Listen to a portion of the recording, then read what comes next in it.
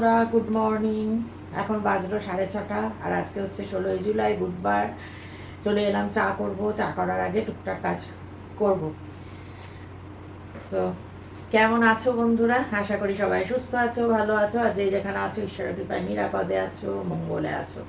তো দিন শুরু হলো, সবাই বলেছো যেমন হোক যা হোক কাজ করবে, কি কাজ না করো, যদি এমনি ঘোরাঘুরিও করো ঘরে তাও কথা বলবে, তাই জন্য এলাম। তো আজকে তোমাদের তো বললাম কালকে তাপসী কাল থেকে মানে সন্ধ্যাবেলা এসে রুটি তরকারি করে দিচ্ছে আর কি, কাল থেকে শুরু হয়েছে। তো আজকে বলেছে তরকার মতন এইসব ডালগুলো রয়েছে সব ভিজিয়ে, আমি একটু গরম জল করে এগুলো ভিজিয়ে রাখি, দেখি কীরকম কী হয়। যদি হয় তো করতে পারবে, অনেক দিনের তো, অনেক সময় দেখবে পুরোনো ডাল না চট করে সেদ্ধ হতে চায় না ভিজিয়ে রাখলেও। তো তবু ও বললো, আমি ঠিক আছে তাহলে করে রাখবো। তো এই করে ওটা ভিজিয়ে রাখি, তারপরে চাটা বসাবো। কালকে সন্ধ্যাবেলা একটু ভালো লাগছিলো, অনেক দিন পর বাড়িটা মনে হচ্ছে জমজমাট। আসলে একা থাকতে না কারোর ভালো লাগে না, একা না বোকা কথাতেই তো আছে। আর আমরা মানুষ তো সমাজবদ্ধ জীব, মানুষ নিয়েই থাকতে ভালোবাসি, কিন্তু নানান কারণে সেটা হয়ে ওঠে না। বেশ কয়েক বছর পর, মানে মেয়ে থাকাকালীন আমার যখন আম্বেলিকাল হার্নিয়াটা মানে অপারেট করা হয়েছিল, সেই সময় তখন লোক ছিল সন্ধ্যাবেলা, মানে রান্নার লোক ছিল দিনের বেলা, সেই তিনিই আবার সন্ধ্যাবেলা আসতেন রান্না করতে। আবার আরেকটি মেয়ে ছিল যে আমার সর্বনাশ করে পড়ে। তো যাই হোক, তখন বাড়ি ভর্তি লোকজন, মানে বেশ একটা জমজমাট ব্যাপার। তো অনেক দিন পর চাটুর্যমশাইও খুব খুশি দেখলাম, স্বাভাবিক বাড়িতে, তাও তো উনি স্কুলে কাটাচ্ছেন, লোকের সঙ্গে কথা বলতে পারছেন, ছাত্রদের সঙ্গে, কলিগদের সঙ্গে, সবার সঙ্গে। আমার তো মুখ একেবারেই বন্ধ। তো আমার অনেক দিন পর ভালো লাগলো। আমি আমার মতো খবর দেখছিলাম, তো তারপরেও এলাম। পল্লবী চা করে দিল সন্ধ্যাবেলা, চাটা কারোর হাতে নিজে করে নিচ্ছিলাম, কিন্তু তারপরে বলেইছি তো তোমাদের, কদিন চাটা বন্ধ হয়ে গেছিলো, খাচ্ছিলাম না, ইচ্ছে করছিল না যে একবারে খেয়ে ঘুমিয়ে পড়বো। আজকে অনেক সকাল সকাল হয়েছে, কারণ কালকে সারা রাত ঘুম হয়নি ওষুধ খাওয়ার পরও। তো কী আর করা যাবে, এক একদিন এরকম হয়, তো হবে। তো এই ডাল এইগুলো বার করে খারাপ হয়ে যাবে, আটা পড়লেই এগুলো পরিষ্কারটা না করলে। পল্লবী যে গ্যাসের সিলিন্ডারটা অফ করে দিয়ে যায়, কাকিমা রাত্রে, আমি করিস না বাবা, আমি সকালে খুলতে পারবো না, দেখা যাবে খুলে ওখানে টিকটিকি বেরোচ্ছে, কি মাকড়সা বেরোচ্ছে, করিস না। এই বলে আমি বলেছি যা হোক আমি দেখে নিচ্ছি, বলে দেখে নিন। ওর আবার একটু ভয় করে, বলছে 3টে বার্নার, আর আমার ভয় লাগে। দেখি এগুলো অনেকদিন আগে, কি হবে জানি না।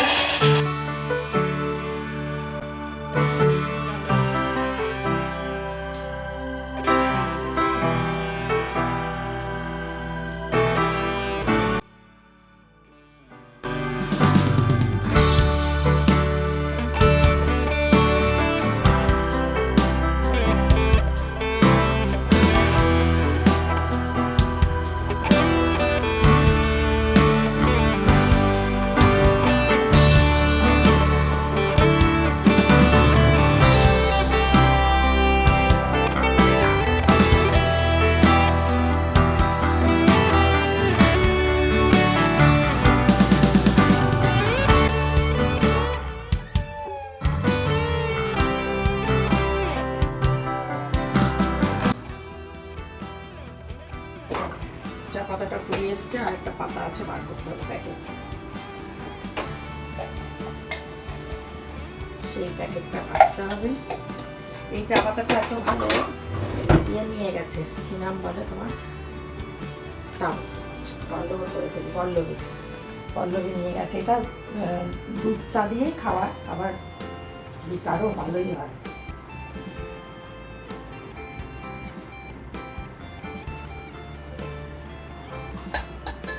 চলো, ইটস টি টাইম। চাই কাল থেকে চেঞ্জ করেছি, এদিকে জানালার এই সাইডে বসতাম, মানে পশ্চিম দিকে পিঠ করে বসতাম, এখন এটা হচ্ছে দক্ষিণ, তাই তো? হ্যাঁ, দক্ষিণ দিকে বসছি পিঠ করে। এখানে বসলে মানে স্ট্রেট একটু বসে করে টিভিটা স্ট্রেট দেখা যায়, তা না হলে ওই আর করে এরকম করে মাথা দিয়ে দেখি।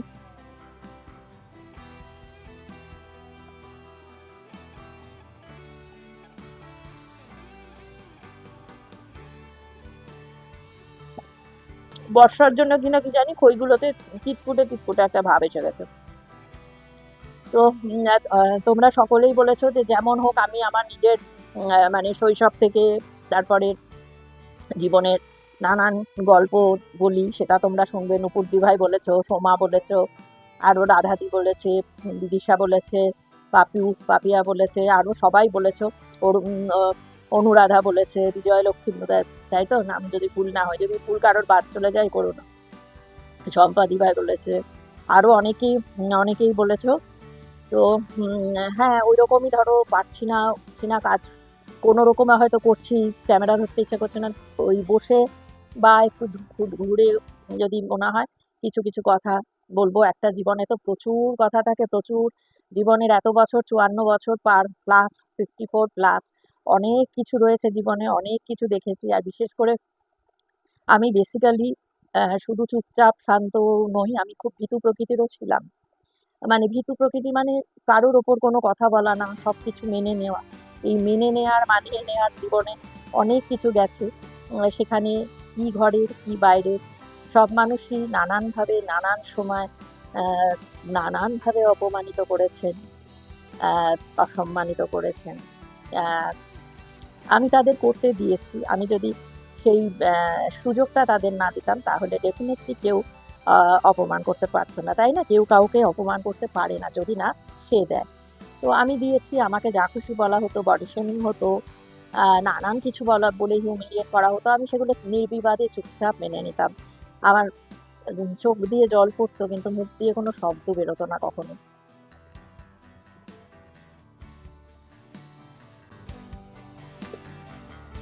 তাই জীবনে প্রচুর গল্প রয়েছে, প্রচুর ঘটনা রয়েছে। মানে বলতে থাকলে অনেক কিছু। কিছু তোমাদের দুঃখের স্মৃতি বলেছি, তবে সেগুলো আর আমি রিপিট করব না, বললে অন্যভাবে বলবো। কারণ আমি সেগুলো তো ভুলতে কোনোদিনই পারবো না যতদিন বেঁচে আছি। কিন্তু তার সঙ্গে জড়িত যে ব্যক্তিরা, তাদেরকে আর আমি কোনো ইম্পর্টেন্স দিতে চাই না, তাদের নিয়ে কোনো আলোচনাও করতে চাই না। তো সেই কারণে যদি কখনো কোনো কিছু মনে হয় বলার, সেটা হয়তো অন্যভাবে ঘুরিয়ে বলবো, কিন্তু ডিরেক্টলি বলবো না। কারণ বড্ড ইম্পর্টেন্স দিয়ে ফেলেছিলাম এতগুলো বছরে, যেটা তো উচিত হয়নি। আর ইম্পর্টেন্স দেবো না।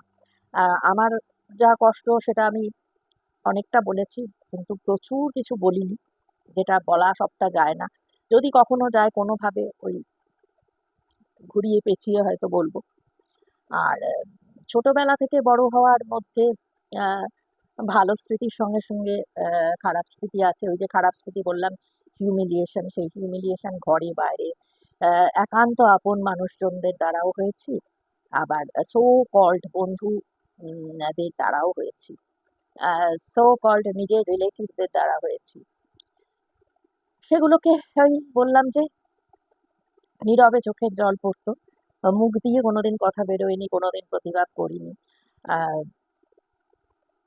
খারাপ লাগতো চেহারা নিয়ে আহ, কটূক্তি করলে যে কোনো মানুষেরই খারাপ লাগে। চেহারার উপর তো কারোর হাত নেই। আহ, ঈশ্বর যেমন করে যাকে তৈরি করে পাঠিয়েছেন সে তো সেরকমই হবে, বা বলতে গেলে জিনে যেরকম আছে সেরকমই হবে। হয়তো জিনে ভালো থাকলেও অনেক সময় সন্তানরা দেখতে ভালো হয় না, আপ টু দ্য মার্ক তাদের মতন হয় না হয়তো পরিবারের লোকদের মতন। তখন হয়তো আমার মতন এরকম শুনতে হয় কথা। তো শুনেছি, গোটা জীবন ধরেই শুনে গেছি। আহ, চাপা অভিমান, কষ্ট, যন্ত্রণা ছিল, কিন্তু ওই যে মুখ দিয়ে কখনো প্রকাশ করিনি, কোনোদিনই প্রকাশ করিনি। নিজের কষ্ট নিজের ভেতরেই রেখেছি। এই তো আজকে, হ্যাঁ, আর বক বক করবো না, চাটা খেয়ে নিই। আর আজকের মতন ব্লগটা শেষ করে দিই এখানে, আবার আরেকটা শুরু করব যখন কাজকর্ম করব তখন। কারণ এটা বক বক করতে গেলে হয়তো বেশি বড় হয়ে যাবে। তাই চাটা খেয়ে নিয়ে তারপরে আবার কাজ শুরু করব। আমার তো ডিউটি এখনো দেরি আছে, 6:45 বাজে, 6:59, 7টায় বাজছে। 8:30টায় মেয়েকে ডাকবো, ঠিক 9:30টায় ওর বাবাকে তুলবো। এই কাজ, তারপরে বেরিয়ে গেলে তার 10টার পর থেকে আমার কাজ শুরু হবে। তো চলো আগে আমি চা আর খইটা খাই। আর খুব মজার মজার রিলস দেখছিলাম ইনস্টাতে। হঠাৎই, আমি ইনস্টা অত ইউজ করি না, ব্যবহার করি না আমি ইনস্টা। হঠাৎই কালকে দেখতে দেখতে একটি বাচ্চা মেয়ে 3-4টে ক্যারেক্টার করে খুব ভালো মজার এগুলো দেখলে কি মনটা একটু